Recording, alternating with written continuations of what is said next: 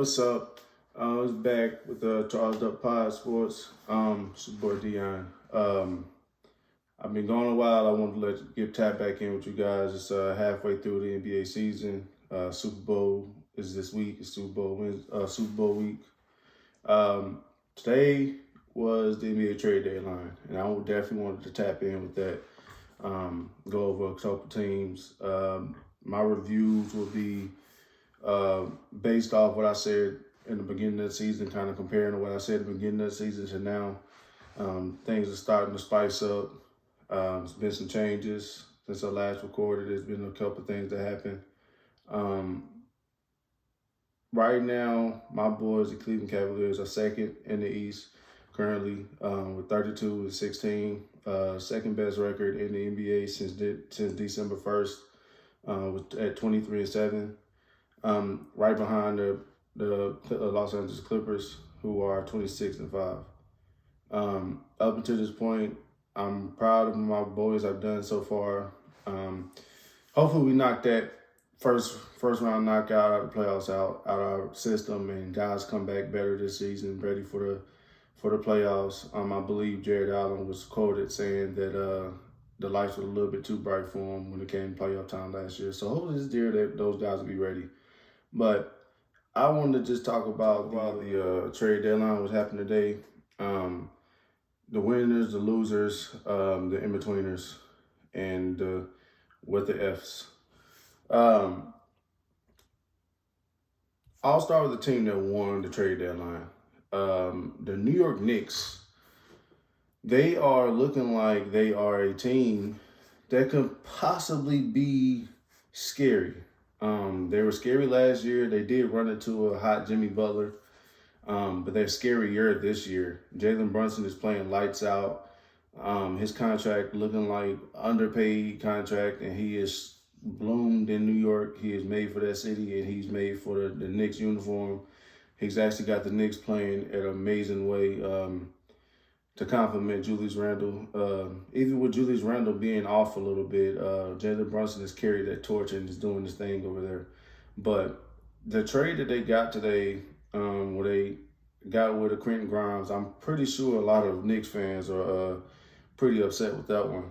But they done messed around and got your boy, how you say it, Bogdan Bogdanovic. Got it.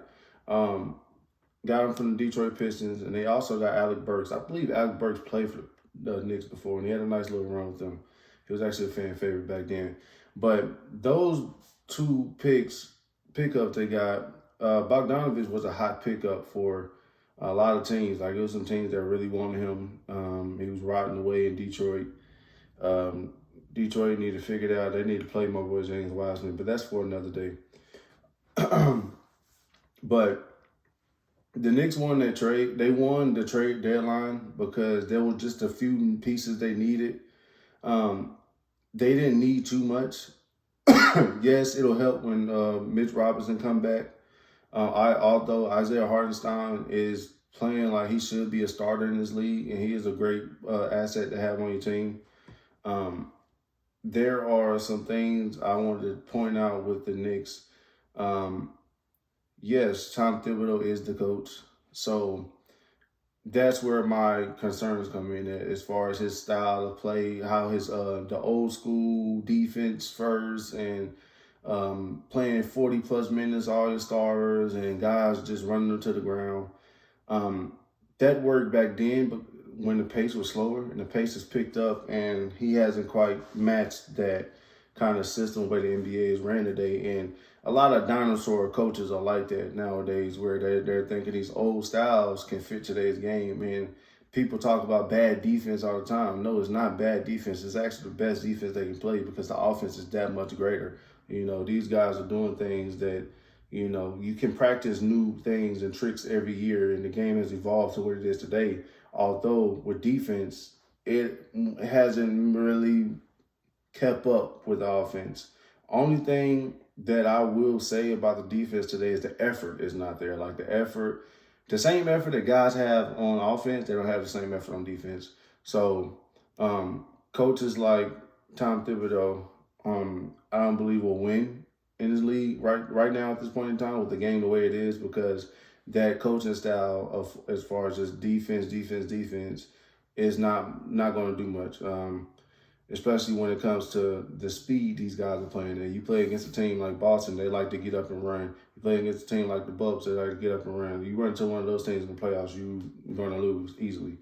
But the Knicks did win that trade, the way they won the trade deadline. I want to see how those guys get in, because they got OG Anunoby now. They got rid of RJ Barrett and Emmanuel Quickly a few weeks back. They're playing great up in Toronto, especially Quickly. I knew Quickly can be a star in this league. Just a chance he would get. I actually saw that the Raptors traded away Schroeder to give Quickly much more minutes, because Quickly deserves it. And he's a guy in this league. Schroeder went to the Brooklyn, and I don't know how much he could be one of those potential buyout type of guys who go to a contender, but I don't know. He probably wants to play and then, and see what he can do with a team that's just playing, like there was in Toronto. But getting back to the trade deadline, the Knicks won, number one, as far as the trade deadline goes. How I have as far as other teams, Buddy, I definitely wanted my Cavaliers to go and get Buddy Hield. I've been saying this from the beginning of the season. Buddy Hield would have been a great asset to us. Another shooter. You can't lack shooters in this league. Like, that's why my plight is with my Cavaliers is our defense is elite, but our offense doesn't match the same. If Donovan Mitchell is not scoring 35, 40 points, we have no chance to win, Or if Darius Garland is not scoring 30 with Donovan Mitchell scoring 30, it's not going to, we don't have much of a chance. Evan Mobley hasn't been able to really develop the way that I would wish he want to because of injury, and we just became such a better team so fast. It's like development, playoff winning. It's kind of hard to juggle both when you got young talent with the expectations like that. But I would have loved to got Buddy Hield in Cleveland to stretch the floor for us, especially with the two bigs we have. But him going to Philly is a great pickup for them. With Joel Embiid being out, we don't know how long it's going to be. Like I say, it can be between 4 and 6 weeks or between 4 and 6 months. We don't know yet. So as of this recording, he is out indefinitely. And Tyrese Maxey, as a number one with Joel Embiid out, he hasn't really meshed well without Embiid on the floor. Outside of that 51-point game when Embiid was out after he got injured, Maxey has been kind of pedestrian, But I love Maxey's game, and the thing is, I hear that he's one of the hardest workers in the league, and I'll put hard work over anything. If you're talented, okay, cool. But if you're lazy, it's not going to help much. But so if you in the middle of the talent pool and you working at the elite level, I'll take you over anybody any day because hard work trumps talent. So that's going to be a great fit for Buddy Hield to stretch the floor with Philly. Nick Nurse is a great coach. Tobias Harris has been playing lights out. He is definitely earning that contract. People was shitting on him with the contract and everything when he first got it. But he is definitely earning that contract right now. Tobias Harris is a great player for that team. He's a great player for any team. But him, of course, he's not going to be averaging 20, 25 points a game as a third, fourth option. You know what I mean? When James Harden did, he was the fourth option. When James Harden left, he was the third option. So you see the growth in his play depending on what type of option he is. So I'm glad to see him playing well. That was a good pickup by getting Buddy Hield. They actually got him for low too. Marcus Morris and Furkan Korkmaz, like that wasn't much of a give up, So that was a good trade. Next we got, if you go back, and I believe it's episode 1 before the season started. It's episode 1. I said that the Charlotte Hornets need to trade Gordon Hayward, P.J. Washington, and Terry Rozier and go get James Harden in Charlotte. You might not win the championship in Charlotte, but you go sell some tickets and you will make the playoffs. James Harden, LaMelo Ball, Brandon Miller, Miles Bridges. And, like those, that would have been a talented team to advance as far as playoffs go and sell some tickets because it would have been fun to watch. It would have been a fast paced game, and Brandon Miller was playing lights out. Like Brandon Miller would be a star in this league. Like I believe he can become the best player on the Charlotte Hornets roster. Yes, LaMelo Ball is there, but LaMelo Ball is more of a facilitator. He can score when he wants to, although Brandon Miller can take over that scoring type of reigns. My comparison from Brandon Miller beginning of the season, everybody was saying the Paul George thing. I was saying Carmelo Anthony. When Carmelo Anthony first came in, he was playing that bully ball. He was a great shooter. He can play in the post. He can do everything. And Brandon Miller gives the same thing. Brandon Miller is cold. So Brandon Miller will have a bright future in this league. And he cares. Like, I watched the game the other night, and he was mad, yelling at his teammates, like, hey, y'all get back. Like, if your rookie is doing that, it's your rookie is yelling at, get back on defense. That's what you like to see as a team. So I wanted them to get Rozier, P.J. Washington, and Gordon Hayward out of there for James Harden to help groom and build Brandon Miller to be great. I didn't think he'd be great this fast. But today, they ended up trading Gordon Hayward and P.J. Washington. They traded Terry Rozier 2 weeks ago already. So they ended up doing it anyway.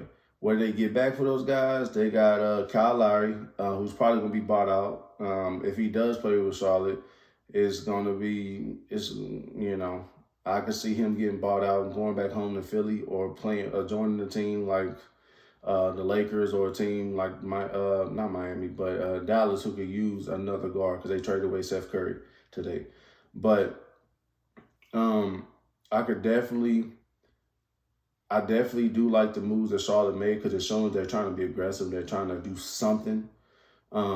They need to get that coach out of there. Steve Clifford is not the guy for the team. They don't respect that coach. You watched LaMelo Ball laughing at him the other night about him getting ejected and everything. You see the team, they just don't respect him. And he came out and said some crazy stuff about them in the media recently, talking about a 16-point per game guy, just not playing winning basketball, something like that along those lines. So guys don't respect him, and he needs to be out of there. Once the team doesn't respect him, you're not going to do much with that. So he needs to be gone. I said before they hired him, they should have got Mike D'Antoni in there. They might wouldn't have won anything, but it would have been molding LaMelo Ball to be even greater than what he is already. And Charlotte would have been a great show to watch with Mike D'Antoni, LaMelo Ball. They have the guy James Harden with Brandon Miller. You get the point. But they ended up trading those 3 guys away from Charlotte. Charlotte's definitely shaking things up. Of course, it's a tank season. They might try to go after a guy like Alexander Sarr or Kyle Filipowski from Duke. Could be a good pickup for them. Come in, play the 4, and be a great, nice piece to that team. I could definitely see Kyle Filipowski be on that team next season. Mark my words. And then Charlotte has a history of picking up guys from North Carolina anyway. North Carolina, Duke, Wake Forest, etc. Patrick Beverly was traded to the Milwaukee Bucks. And Pat is one of the guys, his play doesn't show up in the stats. His play shows up in the effort on the team, the way guys move, the way guys do things, and just the overall aura of the guys around him. Like he gives confidence to the young guys, and he gives discipline to the vets who they know they're wrong. I'm not saying that guys over in Milwaukee are wrong or anything, but Pat will be playing with a Dame Lillard who he has problems with, and I actually saw Pat say that he's going to have to mend that relationship ASAP. He did the same thing with Russ, so hopefully he can do the same thing with Dame because winning is the goal here, and winning cures everything. And then Giannis did say he told Pat to come on over last year, the year before last, whenever Pat was on there in person. But I think that'll be a great pickup for Milwaukee because they're struggling right now. Since they hired Doc Rivers, they've been 1-4. Their offense has been lackadaisical. Their offense was number 2 in the league before Doc got there. They were still puzzling to me about firing Adrian Griffin. I believe Adrian Griffin will get another chance somewhere. I believe if a team like the Lakers or something fires Darvin Ham, I can see Adrian Griffin being the guy to come in because he just demanded, defense out of those guys. And it's hard to juggle those kind of egos that much, and they're not going to listen to you, especially when you haven't been proven in this league. But Doc Rivers is not the answer for those guys. I'm sorry to say it. Milwaukee is not going to win the championship.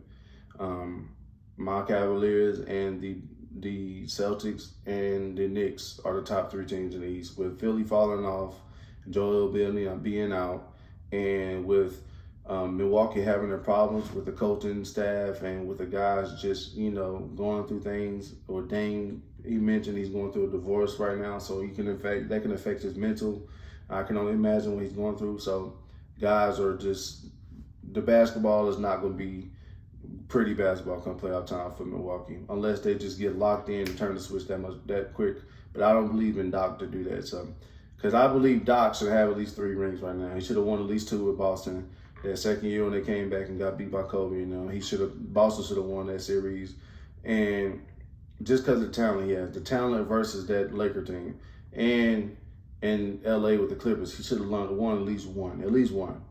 So I don't believe in Doc to be the guy for that team, but I could see that being, that are the three things that happen on trade deadline would be the Knicks winning the trade deadline, the Charlotte Hornets blowing everything up and doing what I said they should have done before the season even started, and they done it anyway, and the Bucks may or may not having a catalyst in Pat Bev with the Doc situation. And Pat has actually been with Doc before with LA, so that might be a great thing for that team. That might be just what the Milwaukee Bucks need. Remember PJ Tucker, the dog in them, he was bringing the roughness, toughness, the defense and everything out of Milwaukee. And the things he didn't show up on the stat board. It was on the box score. That's the same thing that Pat's going to come in to do.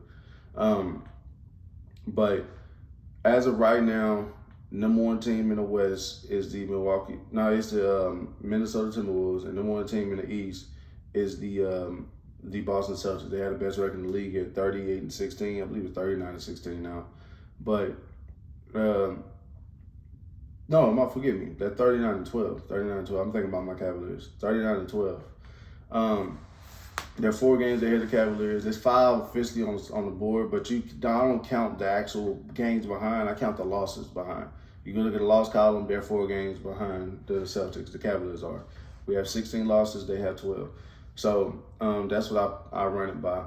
But it's going to be exciting to see the rest of the season. My prediction for the rest of the season, yes, I do have to admit I was wrong on a couple of things in earlier episodes. Go back and watch it, like it, and subscribe to the channel if you ain't done already. Comment.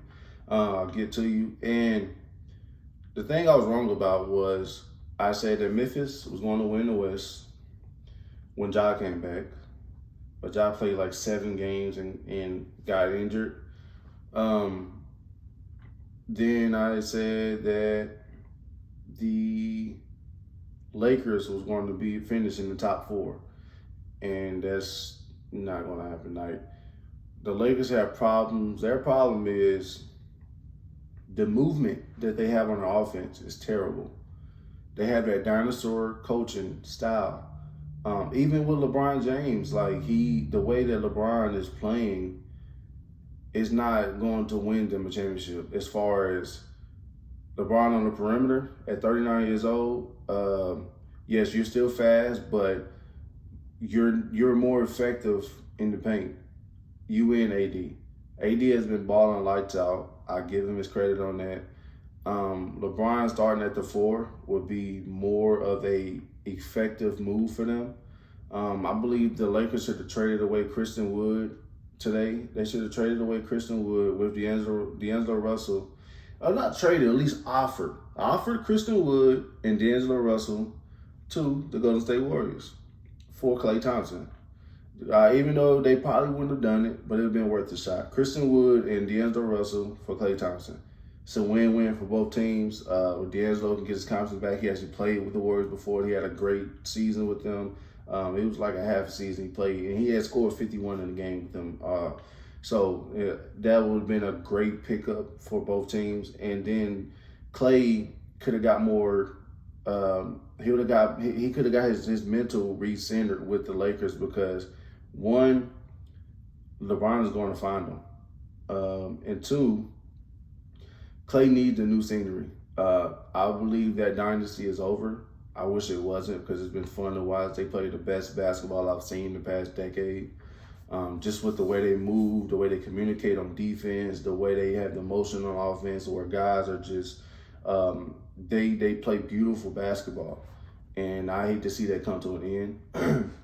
But getting D'Angelo Russell and Christian Wood would help the Warriors, and the fact of getting Kuminga more minutes and get D'Angelo, getting them another guard. I believe GP2 is still out. I do like Brandon Podziemski, the rookie, the lefty. He's nice lefty. Every lefty I see is pretty good. And then they'll get Kuminga more minutes. I believe they're messing up by putting Draymond back into their starting lineup. I said it in an earlier episode, so go back and check. But putting Draymond into that starting lineup, what it does is it tells the defense when the Warriors on offense, you have a guy that's not guarding Draymond because they know he's not trying to score. He's not even looking at the basket. He's not even him and Ben Simmons are two of the most frustrating players to watch because it's not that they can't score. They won't score. Like they don't even attempt to. If they were way more aggressive, if Draymond was even more aggressive, that Warriors team would be better. For the simple fact of, on defense, oh, you Draymond, I ain't gotta guard you. I'm standing right here on defense. I'm gonna catch my breath. And on offense, like it's you can attack, So you were just playing one side of the ball when you're playing against the Warriors because Draymond is not looking to score. So a guy like Draymond should come off the bench with that team because his value now is more so the mentality he has and the communication he gives guys, especially the younger guys. He put his hands on somebody, but the communication style that you would have with that type of play of Draymond, that can help that team in ways that his play doesn't. His play doesn't match up what they're trying to do as far as that offense. It worked for you 10 years ago because you was way faster, you was shooting better, you was trying to score back then, and so it meshed well. Right now, that's not going to work because you're not even attempting. You're not a factor on offense. We're not looking to guard you. So Steph is getting hit on every pick. We can double guys now. We can step out your way because we know you're not trying to score. Why doesn't Draymond? That's a quick question. Why doesn't Draymond get the same repercussions and slack that Ben Simmons get for not shooting the ball, but Draymond doesn't do it? Is it because he got 4 rings? I mean, Ben Simmons does everything that Draymond does, and he's bigger, he's faster, he's stronger. So the same hate that Ben Simmons gets for not shooting the ball, why doesn't Draymond get the same? I don't know. It's probably because he's a champion. But anyways, I'm closing out on this episode, but I just wanted to tap in with you guys about the trade deadline, how the season is going. My surprise team so far, I nailed it on the Magic. I nailed it on Orlando Magic. I said there's going to be a playoff team this year. I said it's going to at least make the play-in. And right now, as we speak today of the trade deadline, they are a 7 seed. My Cavaliers will play them in the first round of the playoffs start today. We sweep them. But in the West, the surprise team, I said a surprise team. I was right with the Thunder. I didn't think guys would be playing as great with Chet. And the Thunder did get Gordon Hayward today. It's a great pickup for them. They needed another guy who could put the ball on the floor and score. They needed another scorer on that team. And another surprise team would be, there wouldn't be much. I think that's it. The Magic and the Thunder. Those are my 2 surprise teams, and they're panning out. But I was wrong on the Memphis thing, only because I thought Ja was going to be playing, I thought it was going to come out firing. But Memphis' future is bright. They get them a lottery pick. If they get the #1 pick, it's crazy. So, yeah. If you ain't liked this video already, go ahead and do it. Comment, subscribe to the channel, share it, tell a friend, tell a friend. That's it. Let's get it. We out.